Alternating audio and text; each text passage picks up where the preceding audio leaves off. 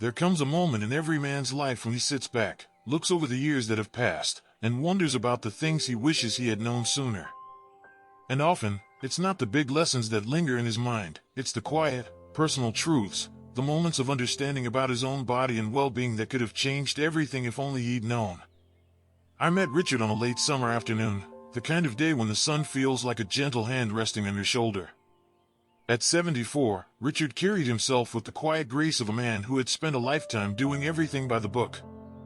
He was a devoted husband for more than 4 decades, a father who worked tirelessly to provide for his family, and a man who had put his own needs last for as long as he could remember. But as we sat together on his porch, a soft breeze carrying the scent of jasmine through the air, he leaned forward, his hands clasped tightly together, and said something that has stayed with me ever since. "You know, Doc," he began, his voice rough with unspoken regret, "there are things I wish someone had told me when I was younger.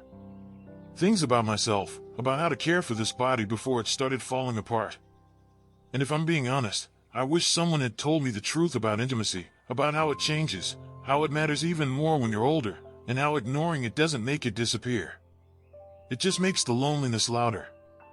That moment hung in the air between us, heavy and fragile all at once. What Richard didn't know, and what so many men quietly wonder as they age, is that there are hidden truths about self-pleasure, real, practical, life-changing secrets that aren't discussed openly. Not in doctors' offices. Not in social circles. And certainly not in the kind of conversations most men were raised to have. But these aren't just secrets for the sake of curiosity. These are lessons that could have spared Richard years of discomfort, poor sleep, emotional distance, and even the creeping fear that his best days were long behind him. You see, as men age, the relationship they have with their own body shifts. Testosterone levels drop, circulation slows, and the fire that once burned with intensity fades into a quiet glow.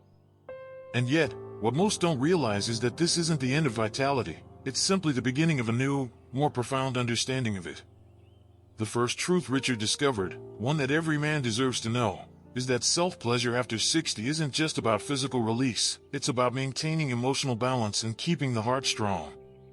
And not just metaphorically. The very act of connecting with your body in this way supports cardiovascular health.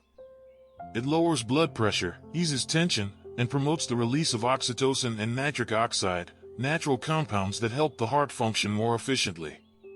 Richard had spent years believing that his growing fatigue, his restless nights, and even the subtle sadness that lingered over his days were just part of getting older. But when he finally gave himself permission to explore this part of his life again, something remarkable happened. He began to sleep more soundly.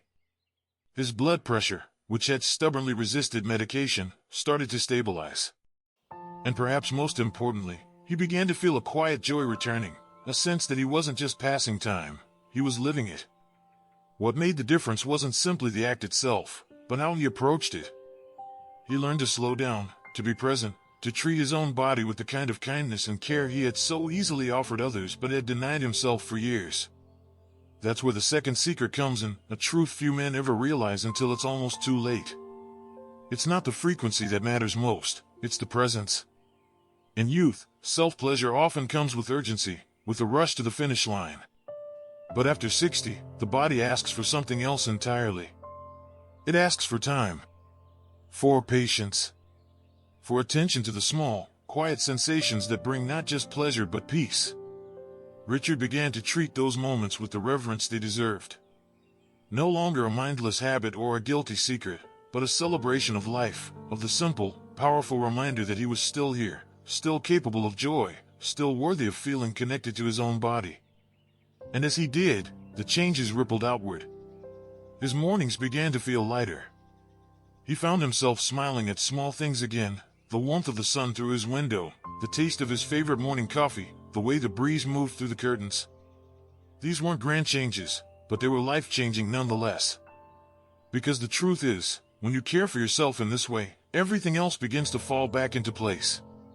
So, as we move into the next part of this journey, we'll explore the other secrets Richard uncovered, truths that not only brought him back to life but gave him a new understanding of what it means to live fully and vibrantly after 60.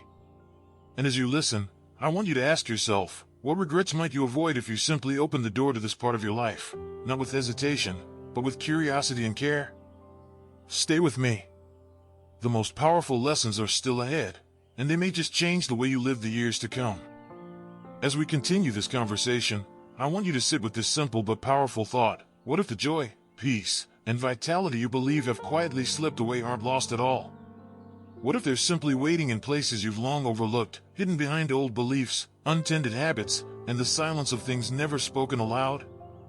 This is exactly where Richard found himself. And the second secret he uncovered, one that changed the entire rhythm of his life, was the importance of reconnecting with his body as it is now, not as he remembered it from years past. You see, many men reach a certain age and find themselves quietly frustrated by their own bodies. The pace isn't what it used to be. The responses aren't as immediate. And rather than embrace these changes with curiosity, they retreat in disappointment. But Richard discovered that his body wasn't betraying him, it was simply inviting him to learn a new language of intimacy. He learned that when he approached himself with patience, when he allowed himself to slow down and feel each sensation without rushing to the end, something remarkable happened. His body responded, not with the urgency of youth, but with a richness and depth he'd never experienced before. And it wasn't just physical. Emotionally, he felt lighter. That old heaviness, the silent weight that pressed down on his chest every time he wondered if he was still a whole man, began to lift. Because in those moments of mindful connection, he wasn't chasing a version of himself that no longer existed. He was meeting the man he had become, and finding him worthy. That's a secret so few men learn until it's nearly too late. Satisfaction isn't found in chasing the past, it's found in honoring the present. And this leads to the third secret Richard uncovered, one that might surprise you. He realized that self-pleasure, when practiced regularly and mindfully, became a gateway not just to personal satisfaction but to healing old emotional wounds. For years, Richard had quietly carried the grief of losing his wife, the ache of missed opportunities, and the unspoken regret of years spent focused on everything but his own well-being. And every time he felt the familiar sting of those memories, he would push them down, distract himself, avoid the feelings entirely. But something shifted when he began to slow down and embrace these intimate moments with himself. Without even realizing it, he started to face those emotions, not all at once, but gently, in pieces he could manage. With each breath, with each mindful touch, he let himself feel what he had avoided for so long. And in doing so, he started to heal. He would later tell me, "I thought this was just about the body, but it turned out to be about my heart. About forgiving myself for all the years I spent too busy, too distracted to notice what I really needed." That's the quiet miracle of this practice when approached with tenderness. It becomes a space where you're allowed to be fully yourself, without the weight of expectation, without the need to perform or prove anything to anyone. And here's the beauty of it all. As Richard learned to care for himself in this deeply personal way, his confidence returned, not the loud, external kind of confidence, but the quiet certainty that he was still a whole man. He began to walk a little taller. His voice grew steadier. He found himself looking people in the eye again, not avoiding their gaze out of some lingering sense of inadequacy. And the people around him noticed.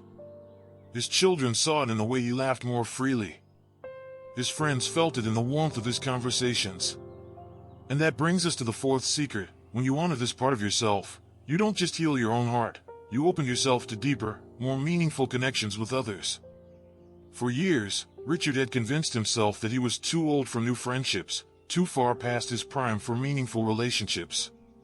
But as he grew more comfortable in his own skin, he naturally began to reach out to others again. And what he found was that life still had room for new beginnings. Simple things, like morning coffee with a neighbor, joining a community walking group, or picking up a forgotten hobby, became sources of quiet joy. And isn't that what we all long for, deep down? Not grand gestures or dramatic changes, but the soft, steady presence of joy in the everyday moments. So, I ask you again, what might your life look like if you began to embrace these truths now, rather than looking back years from today wishing you had started sooner? As we move into the final part of this journey, we'll explore the last secret Richard uncovered, the one that ties all the others together and offers a roadmap for living not just the years you have left, but the days ahead with passion, peace, and a heart wide open to the simple beauty of life. Stay with me. The most important truth is still waiting to be revealed. now that we've walked together through the quiet realizations and powerful changes that Richard made in his life, we arrive at the most profound lesson he uncovered, one that, if you take it to heart, could become the foundation for a future filled with peace, purpose, and a level of happiness you might have thought was out of reach. It's the understanding that true fulfillment, especially in these golden years, comes not from avoiding the realities of aging but from embracing them fully. And in that acceptance, you discover that the body you have today, no matter how much it's changed, is still capable of deep pleasure, emotional healing, and a kind of peace that only comes from living honestly and without regret. Richard's final and most important secret was this: the greatest satisfaction doesn't come from seeking intensity or chasing what was. It comes from finding joy in the simple, the gentle, and the deeply present moments you share with yourself. It was in these moments that Richard experienced something he had never known in his youth, a sense of wholeness. When he stopped seeing self-pleasure as a fleeting act and began treating it as a form of self-care, a ritual of honoring his life and his journey, everything changed. He realized that every touch was a reminder that he was still here. Every breath he took during those quiet moments was a celebration of resilience, a thank you to a heart that had kept beating through all the highs and lows. And something magical happened.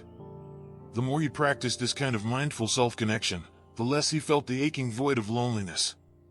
It wasn't that he didn't miss his late wife, he did, and always would, but he no longer felt empty. Because in those moments, he was giving himself the compassion and love he used to look for outside of himself.